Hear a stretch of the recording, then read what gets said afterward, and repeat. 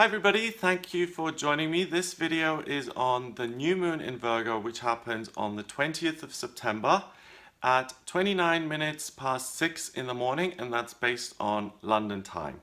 Now, a new moon is when the sun and the moon sit next to each other, they conjunct each other, and the moon is totally black and it recharges itself. So the moon, if you think of her as a goddess, she kind of goes inward, she turns her back on the world, she becomes reflective, she kind of takes a little bit of time out and she recharges her energy and she gets ready for the next cycle, working up to the full moon, and this is where she pulls all this energy in.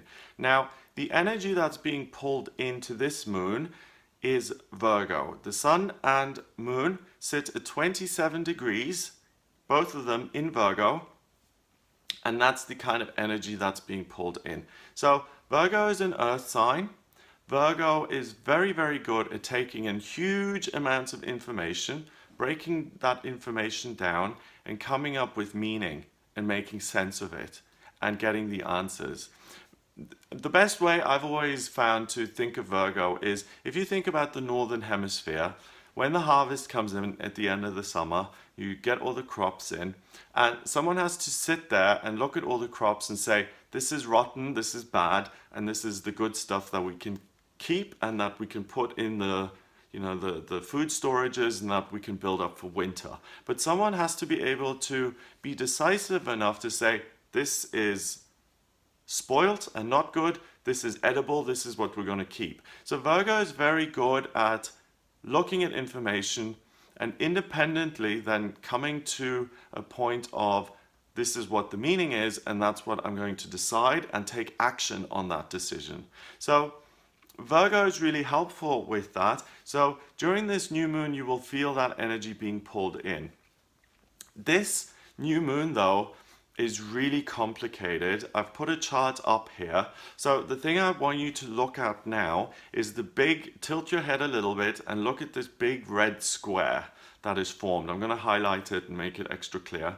But there's this big red square in the chart which is called a grand cross. A grand cross is something that gives us a lot of energy because there's so much friction going on that it's like back and forth all the time, and it gives you loads and loads of energy. But the problem with a grand cross is that there's so much conflicting energy that doesn't really work well together, that energy can become so kind of overwhelming and too much that you try and fix everything and you get so overwhelmed that you end up doing nothing because you're paralyzed with fear and you're overwhelmed and it's just like, oh my God, it's just too much, I can't. Now the first side of this square, the first square the new moon forms is with the midheaven in Gemini. That's positive, okay? So you're getting information in, you feel like you're able to make sense of things, and then with this square, with Gemini at 22 degrees, which is the master number of the builder, you're able to communicate things which really are important and significant. So you'll have a desire to do that. But wait, I'm not done yet. Don't turn the video off and say, during this new moon, I'm going to make sense of everything and speak, because that's not the end of the story. The next square is between Gemini and Chiron in Pisces, which also opposes the new moon. Chiron is the wounded healer. In mythology, he was one of the centaurs, and he taught the gods all about medicine. And then there was something with, I think it was Hercules, who shot a poisoned arrow at him or something.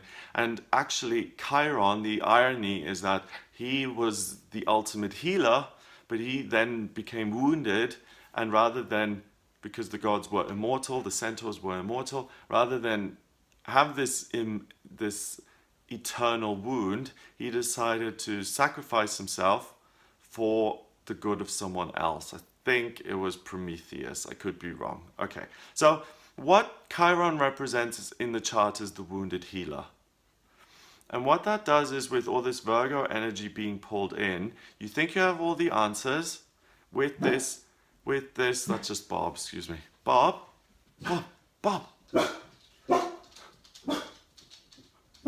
visiting me for a week, so excuse me. Come here, Bob. Come here. Shh. Good boy. Good watchdog. Okay. So with Gemini, you're going to feel like, I know everything that's going on. I now have a desire to tell everyone about it.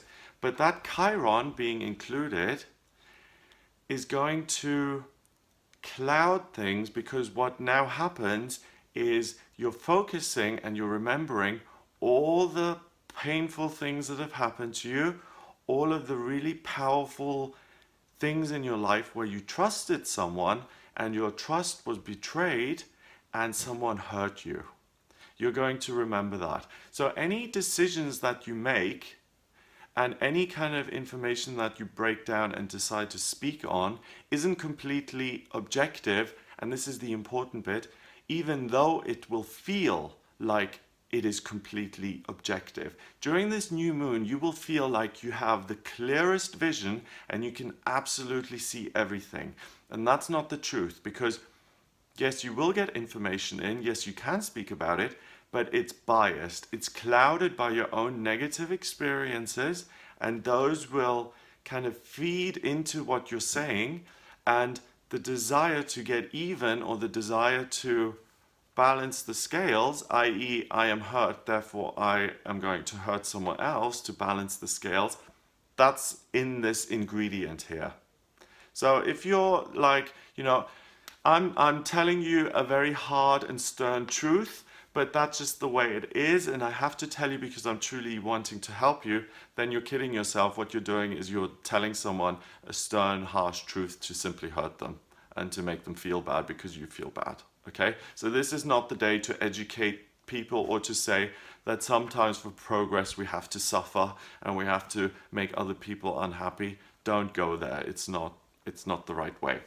Chiron, and this is now the real doozy, Chiron forms a square with Saturn and Black Moon Lilith at the bottom of the chart, and Saturn and Black Moon Lilith then form a square with the new moon and the new moon, the sun and the moon in Virgo, which completes this big red square. Now, Black Moon Lilith is a part of the self that we repress. It's at 24 degrees in Sagittarius, so Black Moon Lilith is going to say, you have ideas of moving forward, you think you know what's going on, you think you've analyzed this, you want to now express that, you want to go through new doorways, you want to discover new things, you want to find out new information. Black Moon Lilith is going to say, don't do that, the opportunity isn't right. And what's going to heighten that sense is Saturn in Sagittarius. And I've spoken about this a lot because Saturn in Sagittarius is fundamentally conflicted. Saturn is the planet of structure and foundation and keeping things in place. He's the emperor in the tarot. He likes things to be a certain way. Sagittarius is a centaur like Chiron, and Sagittarius is all about exploring and moving forward and aiming his bow and arrow at something so that he can achieve and that he can explore and travel towards something. So Saturn is in Sagittarius sitting next to Black Moon Lilith, and it's going to make the path completely fuzzy and foggy. So the Gemini thing opposing that, the Gemini midheaven at the top of the chart, if you look at the glyph of Gemini, it's a Roman numeral 2. It's a doorway. So on the one hand, you're going to have the desire to express yourself, to communicate, and to speak. But because it's 22 degrees, and it's the vibration of the master builder, it's not just speaking and communicating, it's saying, I now know exactly what the answers are. I know exactly who I am and what I'm supposed to do with my life. And on this day, you may have the idea that, okay, it's time to quit this job and to start my own job.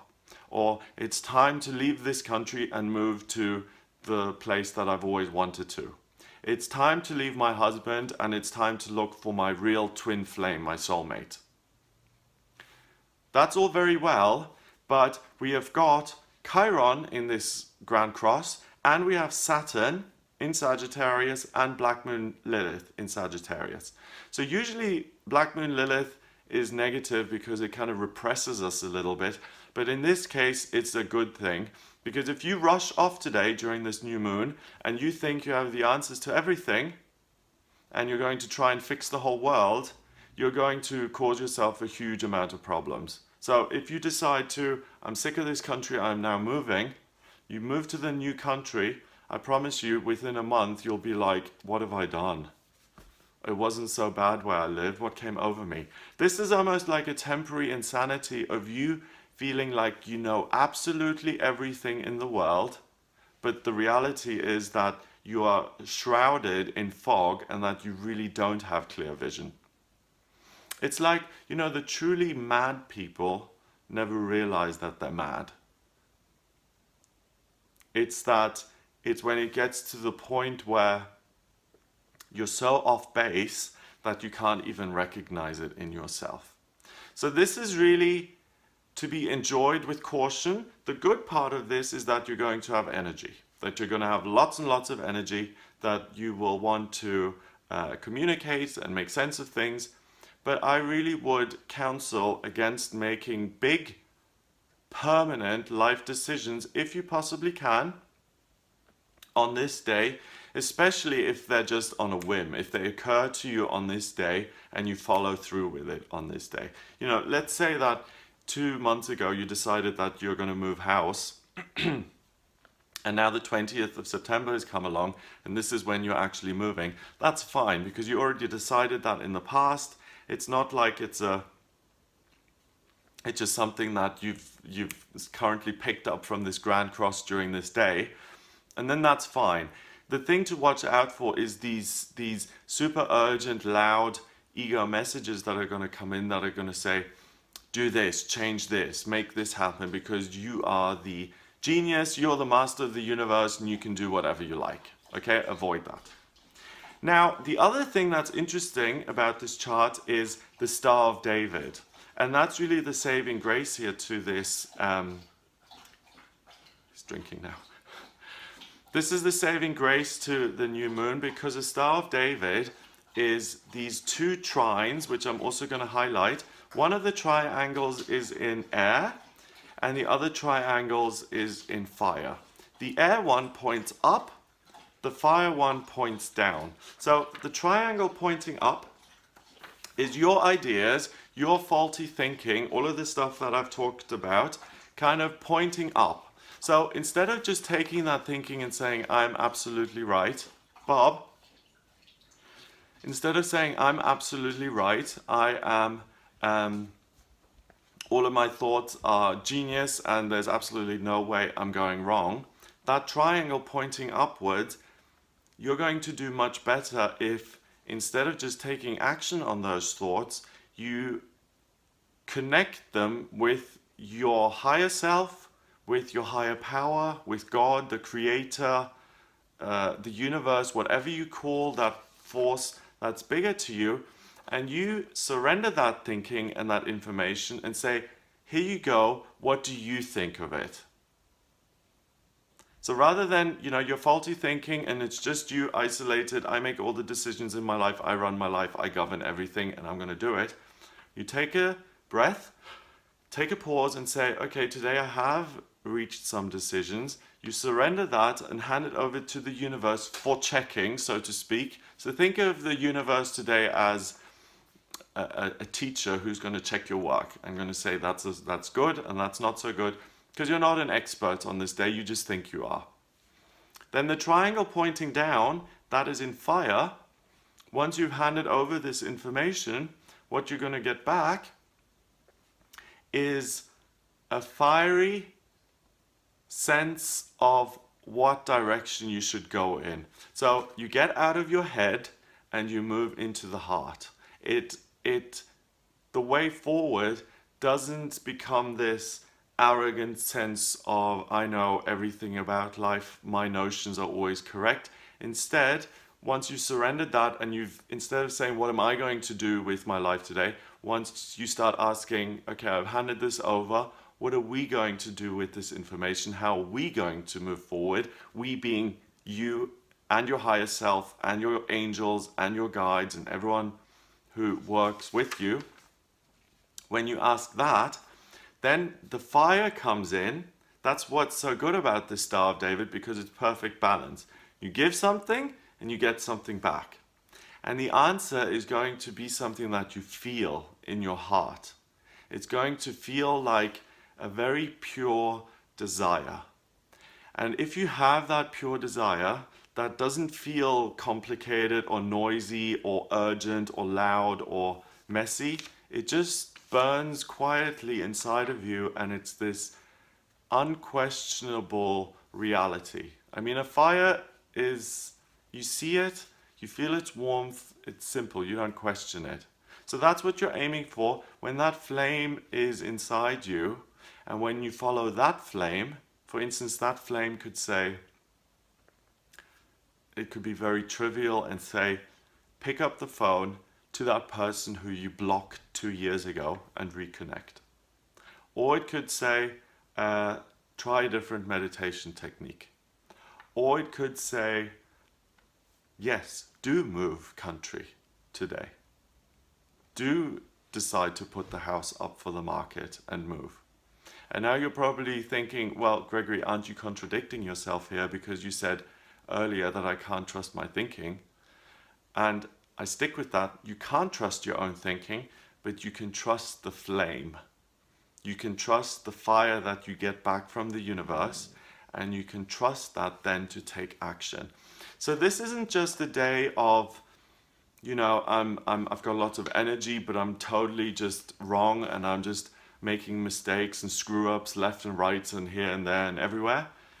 It's a day that is beautiful and that is given to us with this Star of David, that if we, the only thing that you have to do is give up your selfishness, and the word selfishness I mean not in a way of I'm blaming you for being selfish, but when you give up this notion that you and you alone run your life, and you start to accept the notion that there is something bigger out there that has your best interests at heart, and when you include that in your decision-making process, then this can be a day where you really make a wonderful, life-changing decision that will last for the foreseeable future, and that can be a real blessing in your life.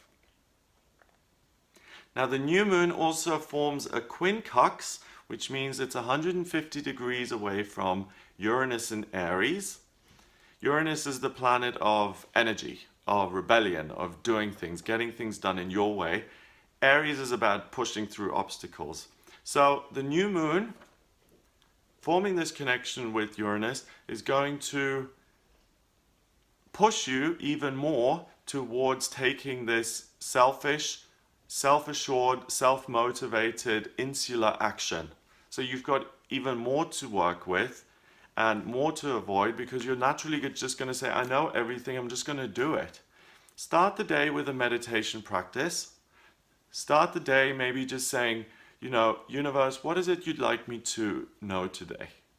It can be as simple as that. You don't have to sit there for an hour and go into a trance and become enlightened.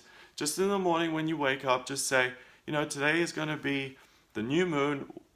Guide me. What is it we can do today? I'm open to receiving some messages. What is it you would like me to get out of today? Because today is a gift. It is a gift. It's a complicated gift, but it's still a gift.